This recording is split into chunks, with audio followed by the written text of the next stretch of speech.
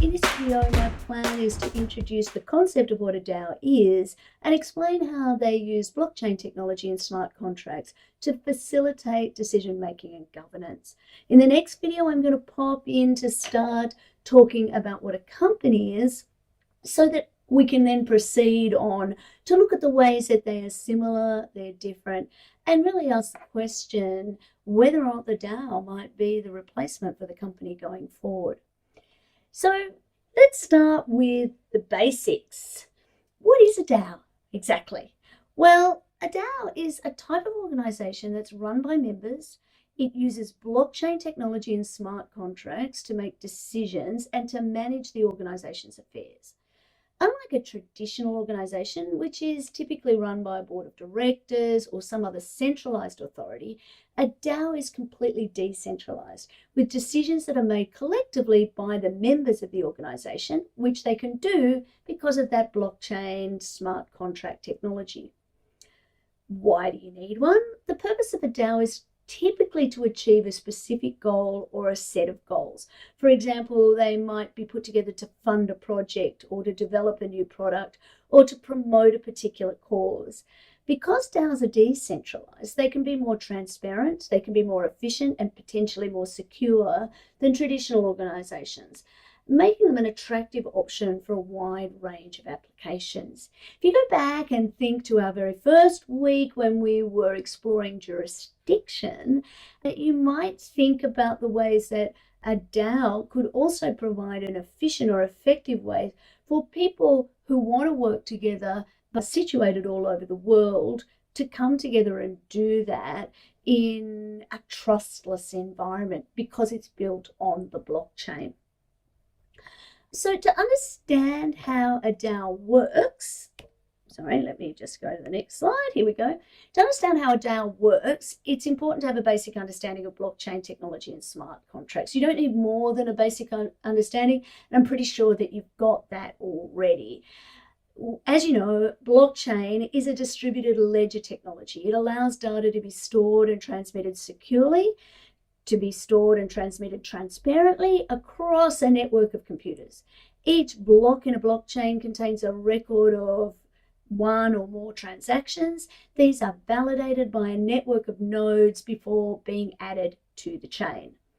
The smart contract, on the other hand, is a self-executing contract which is stored on the blockchain. Smart contracts are programmed to automatically execute when certain conditions are met. For example, when a specific amount of cryptocurrency is transferred to a particular address. Smart contracts can be used to automate a wide range of processes from simple transactions to really complex business logic. There are lots of different examples of DAOs. A quick Google search will send you in many different directions. The picture on the slide, for those of you who are looking at this as a video, is a picture taken from a Sydney Morning Herald article back from the end of 2022, which talks about the Upside DAO.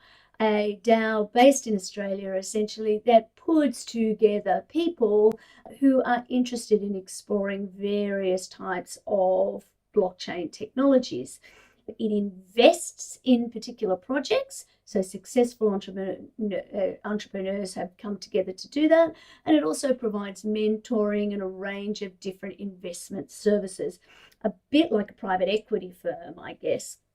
So I've chosen that one to point you to, and I'll make sure that the link is available because I think it's a really nice, neat article that explains a particular use case for a DAO, investing in these technologies, but also demonstrates the ways in which membership of the DAO, in this case, limited to only members that other members of the DAO are happy to vote in, by keeping the membership tight to a number of people with similar interests and similar skills, there is an argument that it might actually achieve its outcomes more readily and in a more focused way than, say, a listed fund might. There are plenty of others that you might want to look at. Have a look for the Australian Digital Commerce Association's Blockchain Innovation Hub. That's a community-driven organisation that aims to promote the adoption of blockchain in Australia. And the hub itself is a DAO. It's run by its members who use smart contracts to manage the organisation's affairs. So they make decisions by vote, essentially, to allocate funds to projects and events. Another example you might like to look at is the DAO, a decentralized autonomous organization that's focused on developing and maintaining decentralized finance, so DeFi protocols. The DAO is run by its members. They use smart contracts to make decisions and to manage the organization's funds. The DAO is an example of how DAOs can be used to promote innovation and collaboration in emerging fields like DeFi. But technically, there's no reason why your soccer club or your book group might not organize itself as a DAO if that's the way you want it to roll. So let's move the discussion on and think about what the benefits of a DAO might be. Well, as I've already mentioned, a DAO can be a more transparent, efficient, and secure than a traditional organization.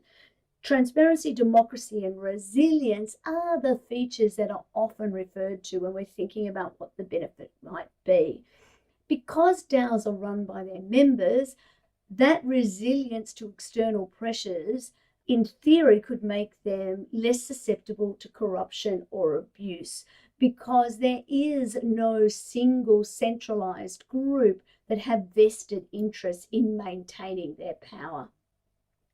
So that's all I really want to say about DAOs to start off with. In the next video, I'm going to start the process of thinking about the legal considerations relating to the use of a DAO by exploring what a company is and making sure that we understand why we have companies, what the features of companies are, so we can contrast and compare them with the DAO and see what that means for us. I'll see you there.